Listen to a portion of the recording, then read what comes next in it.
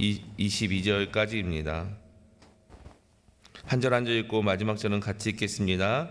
사람들이 예수께서 만져주심을 바라고 어린아이들을 데리고 오매 제자들이 꾸짖거늘 예수께서 보시고 노하시어 이르시되 어린아이들이 내게 오는 것을 용납하고 금하지 말라. 하나님의 나라가 이런 자의 것이니라. 내가 진실로 너희에게 이르노니 누구든지 하나님의 나라를 어린아이 같이 받아들이지 않는 자는 결단코 그곳에 들어가지 못하리라 하시고 그 어린아이들을 안고 그들 위에 안수하시고 축복하시니라. 예수께서 길에 나가실새 한 사람이 달려와서 꿇어앉아 묻자오되 선한 선생님이여 내가 무엇을 하여야 영생을 얻으리이까. 예수께서 이르시되 내가 어찌하여 나를 선하다 일컫느냐. 하나님 한 분 외에는 선한 이가 없느니라. 내가 계명을 안 하니 살인하지 말라, 간음하지 말라, 도둑질하지 말라, 거짓 증언하지 말라, 속여 빼앗지 말라, 내 부모를 공경하라 하였느니라.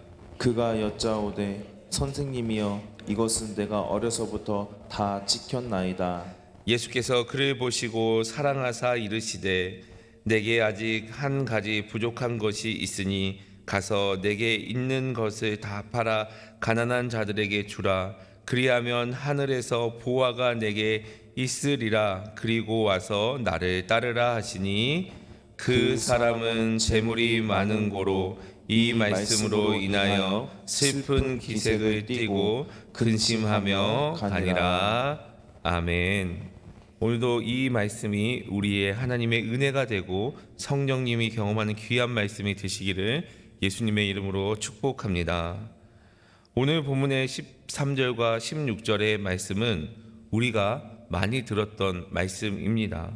그리고 이 말씀이 언제 들었냐라고 생각해 보면 어린이를 주제로 할 때, 어린이 주제로 설교할 때 많이 들었던 본문입니다. 어린아이 같아야 천국에 들어갈 수 있다라는 말씀이죠. 이런 말씀이 13절에 보니까 어린아이를 데리고 왔을 때 제자들이 그 어린아이를 데리고 온 이들을 꾸짖었습니다. 당시 유대 문화는 랍비들에게 어린아이를 데리고 가서 그 축복을 받고 기도를 받는 게 그들의 문화였습니다. 그런데 그 어린아이를 데리고 왔을 때 제자들이 그 어린아이를 꾸짖었죠. 왜 꾸짖었냐면 그 시대는 아이들이 존중받지 못했던 시대였습니다.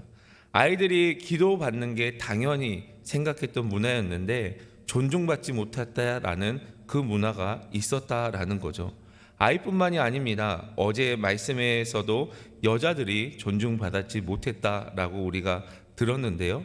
이처럼 존중받지 못했던 그 사람들이 존재하던 시대에 예수님께서는 그 연약한 이들을 잘 섬기며 연약한 이들을 아낌없이 사랑하셨습니다. 이런 상황에 예수님께서는 제자들을 꾸짖었습니다. 예수님께서 어린아이를 당신 앞에 가지고 데리고 오는 사람들을 꾸짖는 제자들을 바라보면서 감정을 드러내며 강하게 격하게 표현을 하고 계십니다. 이러한 표현은 공관복음 가운데 유일하게 오늘 본문인 마가복음에만 기록되어 있습니다. 원어에 여기에서 노하셨다라는 이 원어의 뜻은 슬퍼하다, 탄식하다는 뜻을 가지고 있으면서 동사로서는 많이라는 뜻을 가지고 있습니다.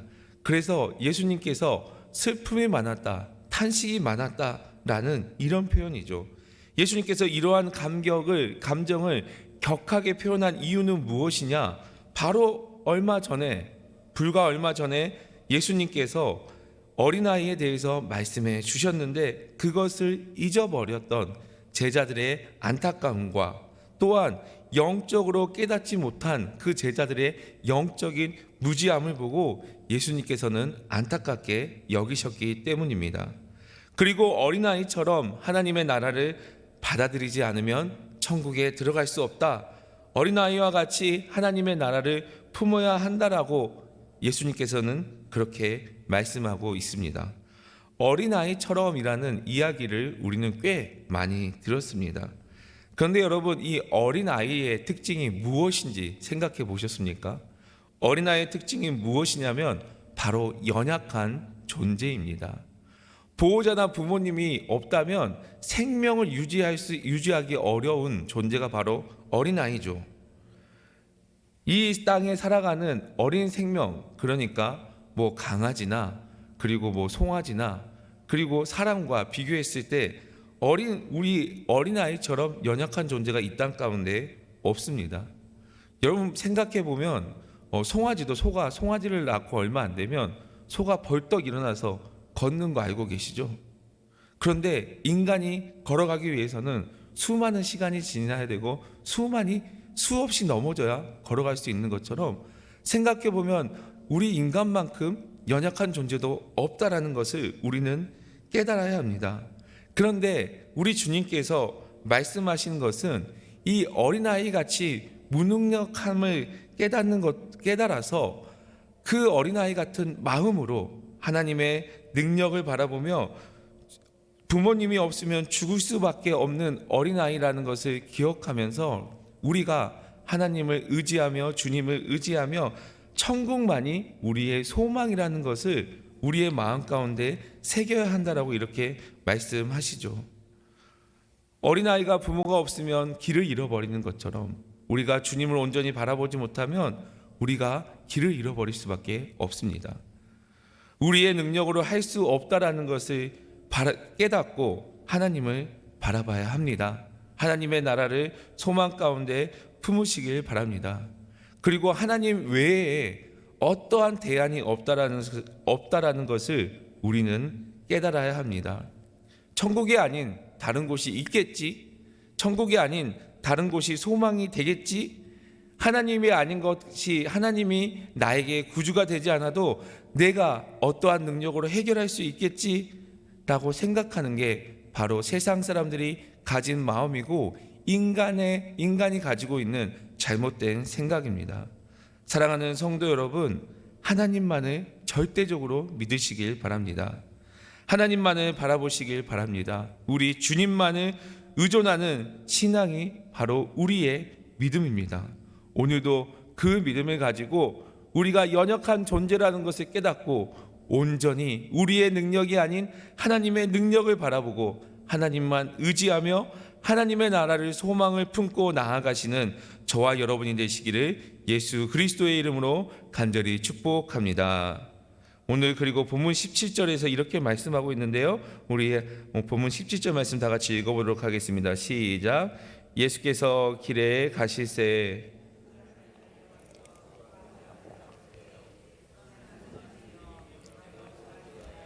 영생을 얻으리까. 아멘. 17절에 한 사람이 와서 주님 앞에 꿇어 앉아 묻습니다.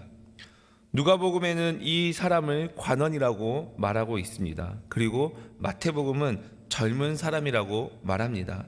즉 젊은 관원이 주님 앞에 나와서 무릎 꿇고 여쭤보는 것이죠. 영생에 대한 궁금증을 가지고 있었던 젊은 관원, 그는 예수님 앞에 나와서 무릎 꿇고 자기가 평상시에 궁금했던 것을 물어봅니다. 그런데 여러분, 이 젊은 관원은 젊은 나이라고 이렇게 표현하고 있는 것을 보면 어린 나이에 출세했다라는 것을 알 수 있습니다. 어느 정도 성공한 삶을 살았던 이 젊은 관원이 관심 가지고 있었던 게 무엇이냐? 바로 영생에 대한 관심이었습니다. 이 젊은 관원이 예수께 나와서 선한 선생님이라고 이렇게 부릅니다. 예수님 앞에 무릎 꿇고 선한 선생님이라고 이렇게 물어보죠. 그런데 이 한 사람이 어떻게 하냐? 달려와서 무릎 꿇었다라고 이렇게 오늘 본문 가운데 말씀합니다. 다른 공간복음에는 나타나지 않는 표현인데 오로지 마가복음에만 이렇게 기록되어 있습니다. 이 젊은 관원이 겸손함과 영적 갈급함이 얼마나 자기 가운데 갈급했는지를 마가복음에서 강조하고 표현하고 있습니다. 이 관원은 겸손함과 예수님에 대한 큰 기대함으로 이러한 모습으로 주님 앞에 나와오며 예수님 앞에 선한 선생이여라고 이렇게 이야기를 합니다. 예수님께서 선한 선생님이라고 이렇게 말할 수 있었던 것은 그 당시 예수님께서 행하셨던 이적들, 그리고 탁월한 말씀을 이미 들었고 그 사실을 알고 있었을 것입니다. 그래서 자신이 가지고 있던 이 심각한 고민, 영생을 얻기 위해서 고민했던 이것을 해결하기 위해서 예수님 앞에 나아갑니다. 그리고 전심을 다해 진심으로 예수님께 물어보죠. 내가 무엇을 하여야 영생을 얻으리이까? 여기서 얻으리이까 동사는 원어로 보면 제비를 뽑다라는 뜻에서 유래되었습니다. 유대 민족에서 제비를 뽑는 것은 사람이 신의 뜻을 위해서 쓰였던 방법이죠. 그뿐만 아니라 이스라엘 백성들이 하나님의 뜻을 받들어 가나안 땅을 정복하고 그 기업을 나눌 때도 지파별로 기업을 나눌 때도 이와 같은 제비 뽑다라는 표현을 사용했습니다. 기업이나 상속의 개념으로 사용했던 이스라엘 백성들에 대한 하나님의 조건 없는 사랑을 가장 분명하게 표현해주는 말씀입니다. 그런데 여러분, 우리가 여기서 곰곰이 생각해 보면 이 젊은 관원이 말하는 것에 이율배반적인 말을 하고 있습니다. 이것을 지적하면 내가 무엇을 해야 영생을 거저 얻을 수 있습니까? 라는 뜻이죠. 여러분, 제비 뽑기는 그냥 어떠한 노력으로 우리가 받는 것이 아니라 그 하나님의 그 사랑을 표현하는 그것입니다. 앞뒤가 맞지 않는 문장이죠. 젊은 관원이 영생을 어떻게 얻는지 전혀 얻는 방법을 모르고 있다라는 사실을 강조하고 있습니다. 하나님의 구원은 어떤 조건이 충족되었을 때 이루어지는 것이 아닙니다. 여러분, 우리가 알고 있듯이 하나님께서 우리에게 주시는 영생은 어느 날 우리에게 선물과 같이 주신 하나님의 은혜이고 사랑입니다. 그런데 이 젊은 관원은 이것을 전혀 모르고 있다라는 것을 오늘 본문을 통해서 우리는 알 수 있습니다. 이 관원이 질문했을 때 예수님께서 이렇게 말씀하십니다. 오늘 보면 18절 말씀 다 같이 읽어보도록 하겠습니다. 시작. 예수께서 이르시되 내가 어찌하여 나를 선하다 일컫느냐? 하나님 한 분 외에는 선한 이가 없느니라. 아멘. 질문한 관원에게 예수님께서 다시 질문합니다. 내가 어찌하여 나를 선하게 일컫느냐? 유대인들은 질문하면 질문으로 답하는 특징이 있습니다.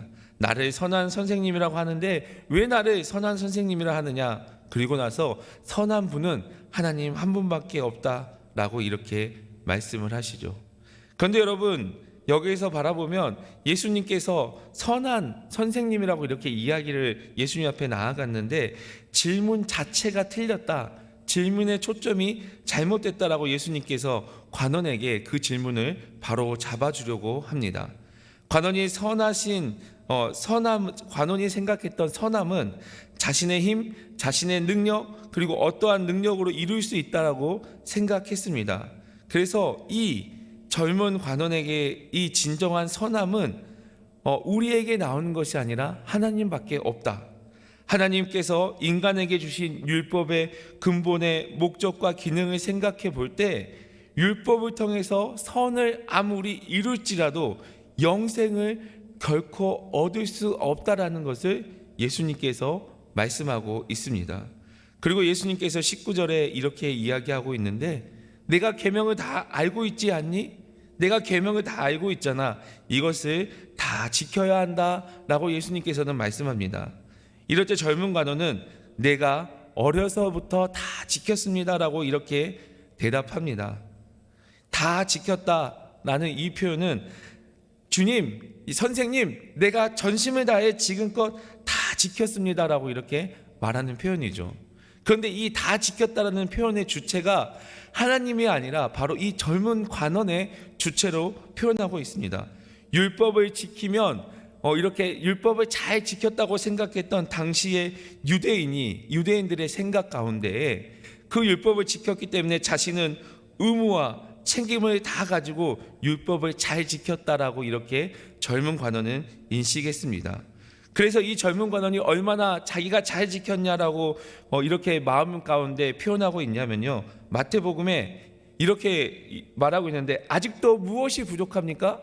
내가 이렇게 최선을 다해서 온 힘을 다해서 지켰는데 선생님, 내가 구원받기 위해서 영원한 생명을 얻기 위해서 부족한 게 무엇입니까? 라고 마태복음에는 묻고 있습니다. 그러니 아마 내가 최선을 다해서 복음을 지키기, 율법을 지키기 위해서 노력했으니까 내게는 부족함이 없습니다. 라는 이런 표현이 자기 가운데 있었을 것입니다. 그런데 예수님께서 오늘 본문 21절에서 이렇게 말씀합니다. 22절 말씀 다 같이 읽어보도록 하겠습니다. 시작.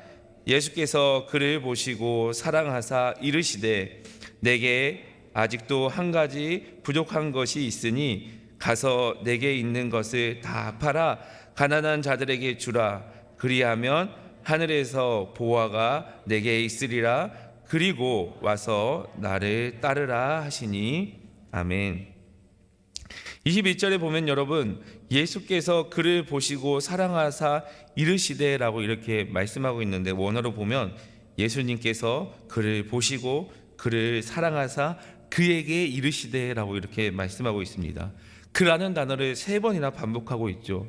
여러분, 우리가 성경에서 말하는, 성경에서 이 반복하는 것은 중요한 것, 그리고 강조하기 위해서 표현하고 있다는 거 우리가 잘 알고 있죠.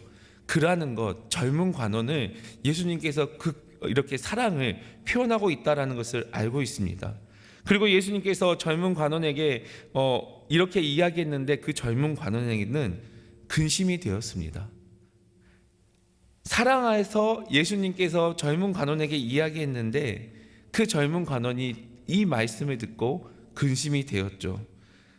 사랑하셔서 하신 말씀입니다. 그리고 그 말씀에는 4가지 명령이 있습니다. 지금 가라, 그리고 가진 것을 팔아라, 가난한 자에게 나눠줘라, 그리고 나를 따라라.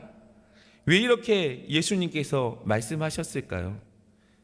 예수님께서 18절에서 말한 그 계명은 누군가의 관계입니다. 이웃을 사랑해야 되고요, 부모님을 공경해야 되고요, 이웃과의 관계에 대한 계명의 말씀인 거죠. 즉 얼마나 다른 사람을 존중하며 살아왔느냐, 이웃을 얼마나 존중하면서 그 사랑을 내 몸같이 사랑하라는 그 계명을 실천했느냐라고 이렇게 이야기를 한 부분이죠. 그런데 이 젊은 관원이 제가 다 지켰습니다 라고 이렇게 말하니까, 그래? 그러면 한 가지가 부족한데 그 한 가지를 지켜서 해봐라.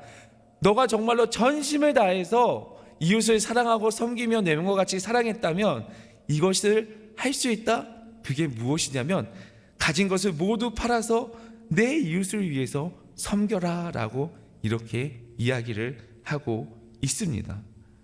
젊은 관원에게 너 손해를 보면서, 본인이 가지고 있는 것을 손해보면서 이웃을 사랑하는 것을 실천해 보아라 라고 이렇게 예수님께서 말씀하십니다. 그런데 여러분, 젊은 관원이 지켰던 것은 무엇이냐? 자기가 손해보지 않는 것까지만 지켰습니다. 손해보지 않는 것까지만 지켰던 그 젊은 관원에게 우리 주님께서는 정말로 전심을 다해 지켰다면 내 것도 손해보면서 이웃을 섬겨 보아라. 전심을 다해서 섬겼으면 그렇게 할 수 있을 것이다 라고 이렇게 이야기를 하십니다. 정말 선한 일이 무엇이냐? 내가 마음을 다해서 이웃을 섬겼다면 내가 가진 것을 다 팔아서 이웃을 섬겨보겠니? 라고 이렇게 도전을 합니다. 그런데 여러분, 여기에서 이렇게 끝나는 것이 아니라 예수님께서 그리하면 하늘에서 보화가 내게 있다라고 이렇게 말씀하시고 계시죠. 예수님께서는 이 젊은 관원에게 부족한 것이 하나 있는데 그 부족한 것을 가르쳐 주십니다. 그런데 이 젊은 관원은 슬픈 표정을 하면서 떠납니다. 왜 그랬을까요? 왜 이렇게 행동했을까요? 가진 것이 많았기 때문이죠. 사랑하는 성도 여러분, 오늘 우리는 어떻게 이웃을 사랑하고 있습니까? 그리고 우리는 우리의 인생 가운데 어느 만큼 나눠지고 어느 만큼 하나님의 말씀을 지키고 행하고 이웃을 섬기고 있습니까? 우리의 인생을 내려놓고 나누어 주는 그런 삶을 살아가시길 바랍니다. 어린아이 같이 내 것이 아니라 하나님의 능력이 아니면 아무것도 할 수 없다라고 고백하시길 바랍니다. 그리고 내게 주신 것이 있다면 내 주변에 연약한 이들을 섬기시길 바랍니다. 내 것을 기꺼이 나누어주는 삶을 살아가시길 바랍니다. 우리가 믿음을 가지고 우리가 기꺼이 주님의 것을, 우리에게 주신 그것을 연약한 자들에게 나누어주고 섬겼을 때에 우리의 소망이 하나님의 나라가 되고, 우리의 그 하나님의 그 소망이 우리 가운데 은혜가 된다는 것을 깨닫고 기꺼이 나누고 섬기며 하나님의 말씀대로 살아가시는 저와 여러분이 되시기를 예수 그리스도의 이름으로 간절히 축복합니다. 사랑해 주님 감사합니다. 오늘도 귀한 날을 허락하여 주시고 우리가 새 날을 허락하여 주신 하나님의 말씀대로 살아갈 수 있게 하심을 감사드립니다. 하나님, 우리가 하나님의 능력이 아니면 아무것도 할 수 없다라는 것을 깨달을 수 있도록 인도하여 주시옵소서. 어린아이 같이 부모의 보호가 없으면 한순간도 이렇게 우리가 안전할 수 없다라는 것을 알고 있기에 우리 역시 하나님을 온전히 바라보며 내 능력으로 살아가는 것이 아니라 하나님의 능력으로 살아간다는 것을 깨달을 수 있도록 인도하여 주시옵소서. 그리고 연약한 이들을 섬길 수 있도록 인도하여 주시옵소서. 하나님께서 우리에게 주신 모든 것이 하나님의 은혜이고 하나님의 복이라는 것을 깨닫고 기꺼이 우리의 삶을 드리고 우리의 것을 나누는 삶을 살아갈 때 하늘의 소망이 내게 되고, 하늘의 소망이 우리가 하늘의 소망이 되게 하여 주시고, 또한 하나님의 나라를 우리가 이 땅 가운데 이루어갈 수 있도록 주님께서 우리에게 은혜를 주시고 함께하여 주시옵소서. 오늘 하루도 그 풍성한 은혜가 우리에게 임하게 하여 주시고 그 은혜를 누릴 수 있는 우리 초청의 모든 성도들이 될 수 있도록 주께서 인도하여 주시고 함께하여 주시옵소서. 감사를 드리며 예수 그리스도의 이름으로 간절히 기도드립니다. 아멘. 우리 이 시간 다 같이 주님 앞에 기도하며 나아가도록 하겠습니다. 우리 말씀을 기억하면서 우리가 연약한 존재라는 것을 깨닫고 온전히 하나님만 바라보는 믿음을 가지고 하나님의 나라를 소망을 품게 해달라고 기도해 주시길 바랍니다. 3월부터 시작된 양육을 위해서 기도해 주시고 특별히 오늘 진행되는 새 소식반을 위해서 기도해 주시길 바랍니다. 다음 세대들이 온전히 세워져서 이 시대 가운데 우리 초청교회가 다음 세대 대안이 되는 소문나는 우리 교회가 되게 해달라고 기도해 주시길 바랍니다. 또한 교회를 위해서 기도할 때 우리가 한마음 한뜻으로 하나님께서 주신 사명을 잘 감당하며 우리 교회를 이끌어 가시는 담임 목사님 가운데 영육간에 강건함 허락해 달라고, 그리고 각자의 기도 제목을 가지고 이 시간 주여 한번 부르고 주님 앞에 간절히 기도하며 나아가도록 하겠습니다. 주여.